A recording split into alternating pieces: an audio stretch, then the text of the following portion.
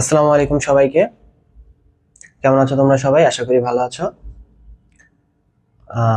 আমাদের গ্রুপের প্রথম ভিডিওতে আমরা আজকে অ্যাডমিশন রিলেটেড, শুধু অ্যাডমিশন না, এইচএসসি তেও যারা আছো তাদের জন্য কিন্তু এটা খুবই একটা গুরুত্বপূর্ণ টপিক।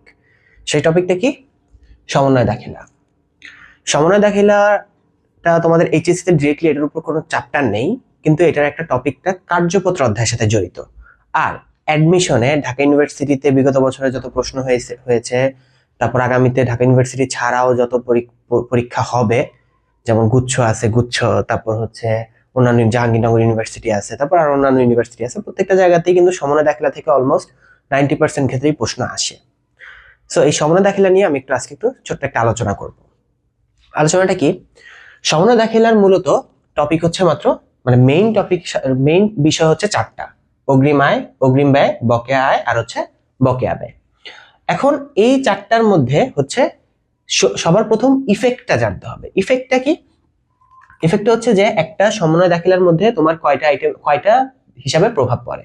প্রথম কথা অগ্রিম আয়। অগ্রিম আয় একটা কি, এটা আগে বুঝতে হবে। অগ্রিম আয় একটা দায়, এটা তো আমরা সকলেই জানি, কারণ আমি টাকা নিয়ে ফেলছি, তাহলে এটা একটা দায়, তাহলে সর্বপ্রথম এটা চিনতে হবে। অগ্রিম ব্যয়, আমি আগে টাকা দিয়ে ফেলছি, তাহলে এটা সম্পদ, তাই না? আর বকেয়া আয় আমি এখনো টাকা পাই নাই, তার মানে এটা সম্পদ, এটা আমরা জানি। আর বকেয়া ব্যয় কারণ আমি এখনো টাকা দেইনি, তার মানে এটা দায়, তাই না?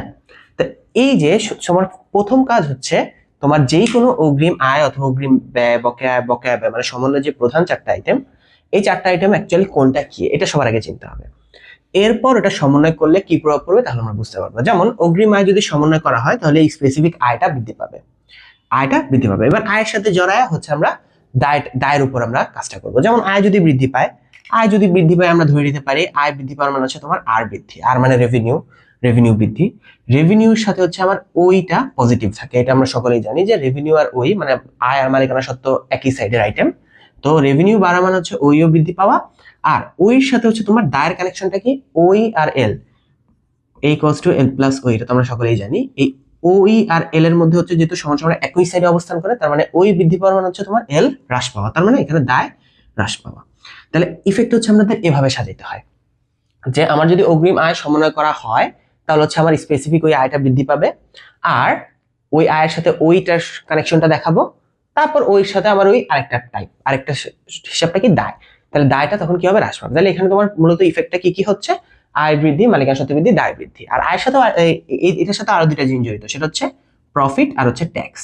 হ্যাঁ, আয় বৃদ্ধি পাওয়ার মানে আমার মুনাফা বৃদ্ধি পাওয়া, মুনাফা বৃদ্ধি পাওয়ার মানে কর বৃদ্ধি পাওয়া। তো এই প্রত্যেকটা জিনিসই আমার এইভাবে সমাধান করতে হয়। যেমন আবার যদি বলি, একটা যদি বলি, ধরো বকেয়া আয় যদি সমন্বয় করা হয়, বকেয়া আয় সমন্বয় করা হলেও কি আমার স্পেসিফিক আয়টা বৃদ্ধি পাবে, তার মানে এই আয়টা বৃদ্ধি পাবে। আয় বৃদ্ধি পেলে আমার ও বৃদ্ধি পাবে, মানে মালিকানা সত্ত্বেও বৃদ্ধি পাবে। আর আরেকটা পার্ট কি, এটা এখানে কিন্তু এল হবে না, এখানে হবে এ।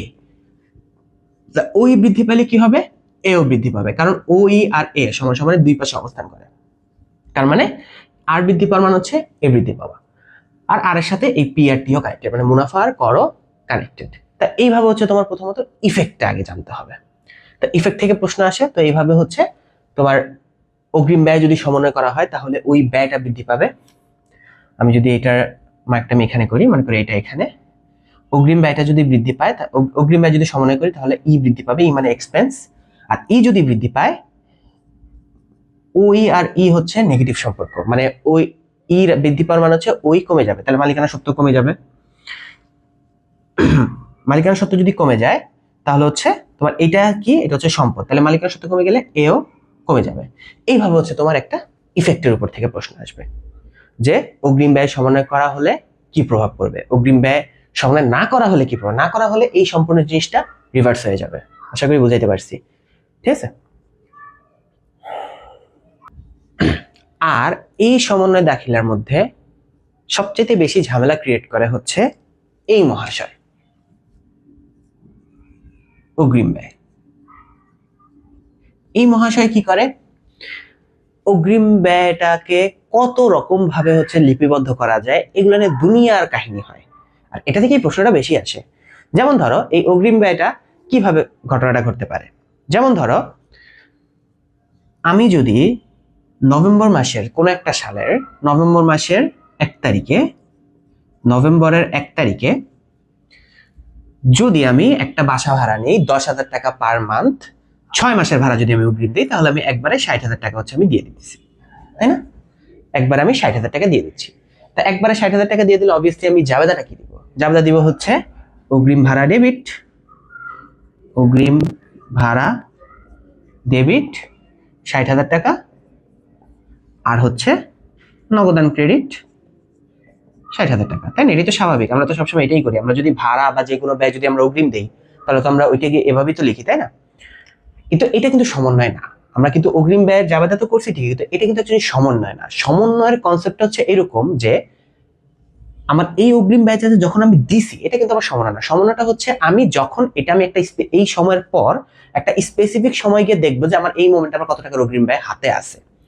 যেমন আমি তো নভেম্বরের 1 তারিখে পার মান্থ 10,000 টাকা করে 60,000 টাকা অর্থাৎ 6 মাসের ভাড়া দিছি। আমি এখন ডিসেম্বরের 31 তারিখে হচ্ছে আমি এখন হিসাব করে দেখবো যে আমার কত টাকার অগ্রিম ব্যয় আছে। এটা কিভাবে দেখবো? সিম্পল। আমি হচ্ছে নভেম্বরের 1 তারিখে আমি যদি একটা টাইম লাইন ছোট্ট করে এঁকে দিই, মনে করো যে 1 2 3 4, যাই হোক, তো এভাবে না করে আমি হচ্ছে ডাইরেক্ট ভাবে দিয়ে দিই যে তোমার এখান থেকে এই একটা পয়েন্ট পর্যন্ত হচ্ছে তোমার ডিসেম্বর 31 তারিখ পর্যন্ত, তো নভেম্বর 1 তারিখ থেকে ডিসেম্বর 31 তারিখ পর্যন্ত 2 মাস। 2 মাসে কত টাকা হচ্ছে? 20,000। তার মানে এখানে হচ্ছে কত? 20,000। আর আমার বাকি আছে কত? বাকি আছে 40,000। তাহলে এখানে কিন্তু আমার অ্যামাউন্ট জড়িত দুইটা, একটা হচ্ছে 20,000 যেটা হচ্ছে ব্যবহৃত হয়ে গেছে, আর একটা হচ্ছে 40,000 যেটা এখনো অব্যবহৃত আছে অথবা হাতে আছে। তা আমার এই সমন্বয় জাবেদার ক্ষেত্রে কিন্তু সবচেয়ে বড় কনফিউজিংটা এখানেই হয় যে আমি কি 20,000 টাকা নিয়ে জাবেদা করব নাকি 40,000 টাকা নিয়ে জাবেদা করব। আমার প্রথম কথা, আমি ভাড়া দিছি কিন্তু 60,000, কিন্তু সমন্বয় জাবেদার ক্ষেত্রে আমি 60,000 দিব না। আমি করব হচ্ছে হয় 20,000 নয়তো 40,000 এর উপর। এই 20,000 নাকি 40,000 এটা কিভাবে ডিটারমাইন করব? আমি যদি প্রাথমিক জাবেদাটা আমি যদি অগ্রিম ভাড়া হিসাবে দিই, সাধারণত অগ্রিম ভাড়া হিসাবে দিই, এটাই স্বাভাবিক নিয়ম। কিন্তু অস্বাভাবিক বলতে একটা কথা আছে। ওই অস্বাভাবিক কথাটা কি? সে শুরুতে ভাড়া হিসাবেও ডেবিট করতে পারে, এটাও পসিবল। তাই এটা আমরা বুঝবো কিভাবে যে শুরুতে সে কি হিসাবে লিখছে? শুরুর হিসাবটা ডিপেন্ড করে হচ্ছে রেওয়া মিলে কি হিসাবে আছে। রেওয়া মিলে যদি অগ্রিম ভাড়া হিসাবে থাকে নাকি ভাড়া হিসাবে আছে। যদি অগ্রিম ভাড়া হিসাবে থাকে, মানে প্রাথমিক কথাটা যদি অগ্রিম ভাড়া হিসাবে লেখে, তাহলে আমরা সমন্বয় করবো হচ্ছে এইটুকু অংশের, অর্থাৎ ব্যবহৃত অংশের। আর প্রাথমিকে যদি সে ভাড়া অর্থাৎ খরচ হিসাবে লিপিবদ্ধ করে, তখন আমরা সমন্বয় করব অব্যবহৃত অংশের। আর জাবেদাটা কি হবে? জাবেদাটা একদম সিম্পল। আমি প্রাথমিকে যেটা লিখবো, অর্থাৎ আমি যদি অগ্রিম ভাড়া হিসাবে ডেবিট করি প্রাথমিকে, তাহলে আমি সমন্বয় করার সময় এটাকে আমি কমায় দিব। অর্থাৎ আমি যে 2 মাস পর, আমি যে প্রথমে 60,000 টাকা দিছি, 2 মাস পর আমি অগ্রিম ভাড়াকে কমায়া 20,000 টাকা কমায় দিব। তা সেই ক্ষেত্রে তখন কি জাবেদাটা কি হবে? তখন জাবেদাটা হবে হচ্ছে অগ্রিম ভাড়া ক্রেডিট, রাইট? অগ্রিম ভাড়া ক্রেডিট কত? 20,000 টাকা। তা ডেবিটে কি হবে? ডেবিটে এই অগ্রিম ভাড়ারই খরচের নামটা আসবে, ভাড়া খরচ। ভাড়া খরচ হিসাব ডেবিট 20,000। ওকে, এগুলো যদি একটু আমি মুছে দিই। ওকে, আশা করি বুঝতে পারছি। আর যদি সেম জিনিসটাই যদি সে ভাড়া হিসাবে লিখতো, সেক্ষেত্রে তখন হচ্ছে আমি জাবেদাটা রিভার্স হয়ে যেত। রিভার্স হইতে কিভাবে? তখন অগ্রিম ভাড়া ডেবিট হইতো, ভাড়া খরচ ক্রেডিট হইতো, কিন্তু অ্যামাউন্ট হইতে হচ্ছে অব্যবহৃত অংশটুকু, অর্থাৎ 40,000। আশা করি বুঝতে পারছি। আমাদের গ্রুপের সাথে যুক্ত থাকবেন, পরবর্তীতে এরকম আরো ক্লাস দেওয়া হবে, ইনশাআল্লাহ সকলের উপকার হবে। আসসালামু আলাইকুম।